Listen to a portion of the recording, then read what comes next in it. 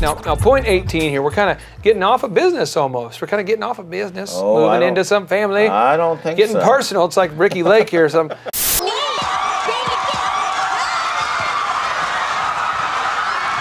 Okay, so Ricky Lake is still going, and it's big in Ecuador right now.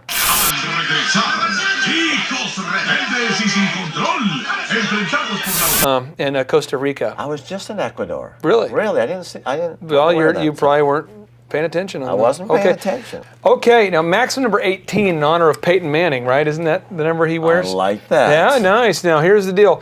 Parent-child communication leads to resentment, resistance, and revenge. What are you talking about in the context of work? Why are we talking about parent-child communications? Well, it's not really the start of family dynamics. It's the key to growing a business.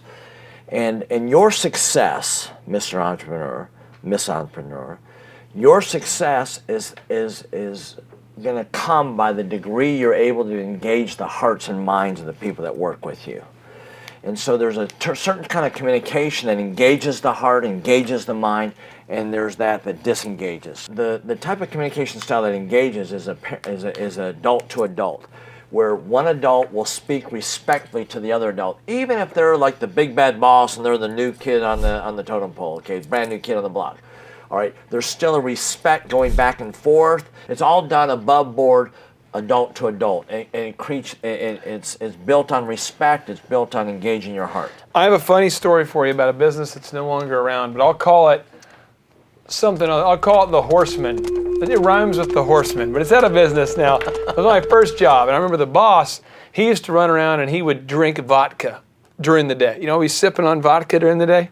And he would always say statements like you were mentally retarded or like you couldn't grasp what he was saying. So he would say stuff like, "Do you understand what I'm saying to you? Do you get what I'm saying to you?" And then he would just, and he just was that way, talk down to people, always a little bit drunk, There's that parent-child going on. And people would steal stuff from him all the time.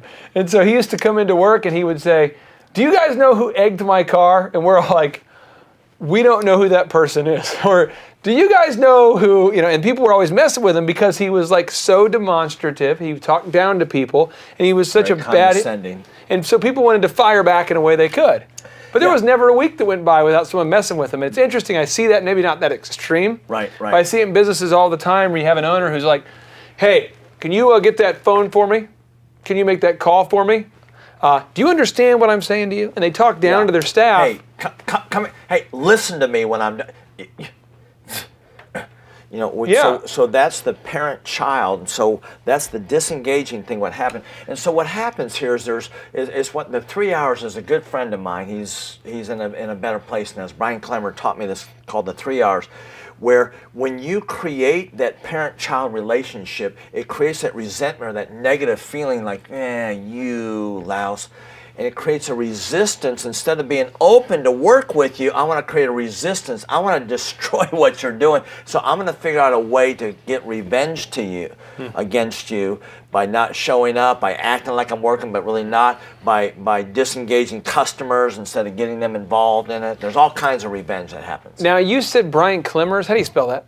Klemmer. And who's he? Who's Brian? Brian had a leadership training organization. Okay. So I just want to make sure we give the guy credit because one thing that's interesting about Tim, and I know if you're watching this, sometimes it might be a little bit tough, but I had no idea who like Brian Tracy was. Maybe you don't know who he is. I didn't know who John Maxwell was.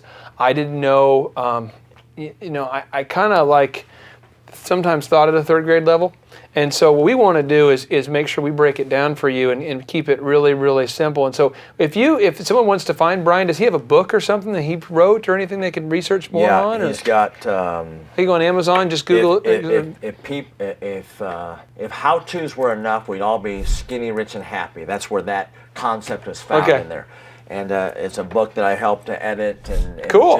just a lot of. Brian is just an amazing guy, and I can't wait to see him again. Tim bounces around with a lot of these top leadership guys, and we just want to make sure those tools are available for you.